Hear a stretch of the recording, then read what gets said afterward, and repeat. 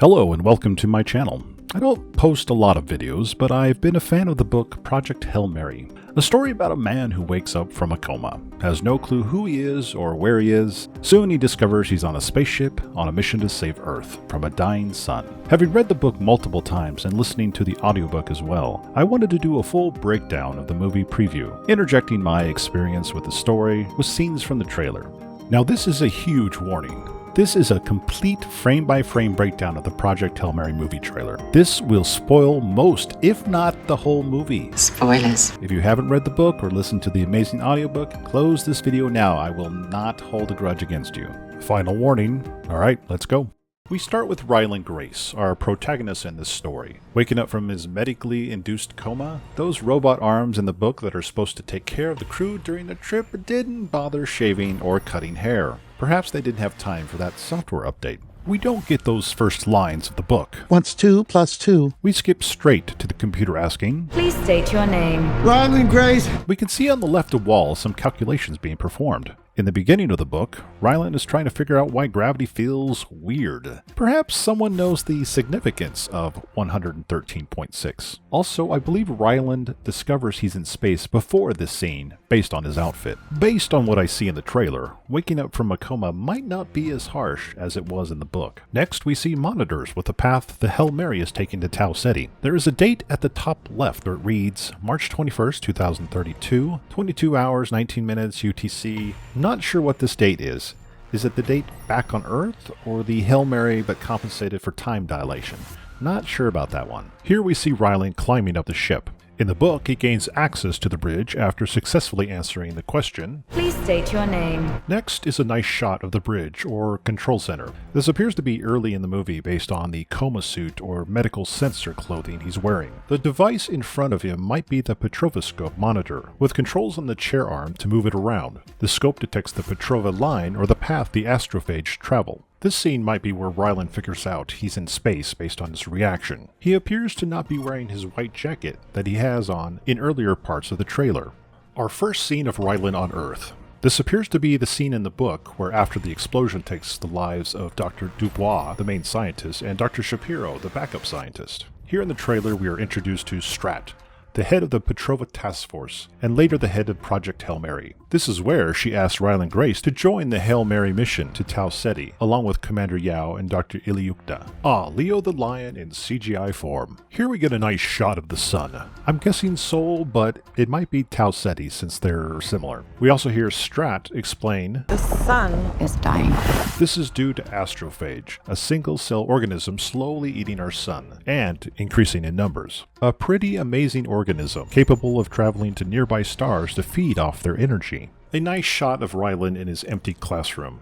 This could be him contemplating going back to study the astrophage. The scene shifts to Strat's office, likely the moment in the book when she asks Ryland whether he's willing to take on the role of the lead scientist for the mission, following the loss of both the primary and backup candidates, Dubois and Shapiro. Here we get shots of Ryland teaching his middle school students. Do I see a piano on one of the desks? Perhaps foreshadowing the importance of musical notes? Moving on, I first thought this was Ryland studying the astrophage at the beginning of the book. Now I think this is aboard the Hail-Mary. At the top of the frame, this looks like Rocky's tunnel system which he uses to get around the Hail-Mary ship. And in the bottom right, is this the monitor that Rocky builds to hear light? Here's a blink and you'll miss it moment of an astrophage being poked with a sharp stick, or a nanosyringe. There's only one frame of the astrophage before it's killed and becomes translucent. Our next scene is Strat with a new character. Strat's bodyguard, who seems to have a somewhat significant role in the movie. This character might take the place of Steve, the nice army guy in the book. After a few frames of a vehicle convoy driving, we get a couple of barges, which I'm guessing are near Antarctica. This might be where they detonate the 241 fusion bombs to release methane into the atmosphere to help warm the planet. Next we see what I thought was aboard the Chinese aircraft carrier after Ryland discovers how to successfully breed the astrophage. In the book, he is whisked away, taking multiple jets and a helicopter to the Chinese aircraft carrier. But I believe this might be a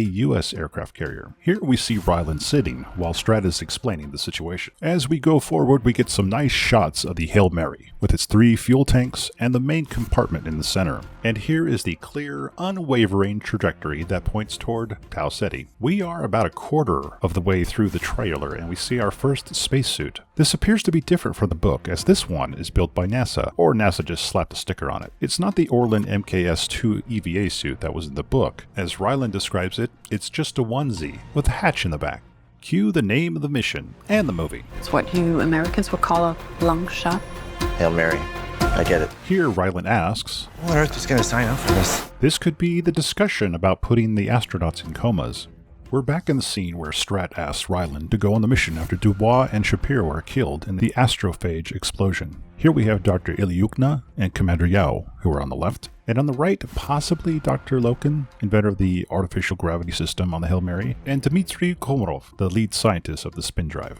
Speaking of explosions, we get a few frames of Strat looking abnormally happy, talking to Ryland. But then all hell breaks loose. The book portrays the explosion as massive, describing it as a shockwave slamming into Ryland's portable office. He notices the steps have been blown several feet away. Strat later tells him the research buildings are now just a crater. Now we're back in Strat's office, where Ryland decides not to go on the mission, and says, You'll find a solution. but Strat has already made up her mind. We're back in the conference room, which takes place before the scene in Strat's office. A nice close-up of Ilyukna, which is confirmed based on her name badge. Next, we get a rather humorous retort from Ryland on why he shouldn't go. I have a feeling this will be a pretty intense scene, despite the humor shown in the trailer. Now we have Ryland looking into the camera with fear of going on the mission. I'm guessing his next words will be, Can I think about it? Yes, Strat said. But not for very long. That's the end of part 1. I'll try to get part 2 up as soon as I can. If you found something I missed or was completely wrong, please comment below. And thanks for watching.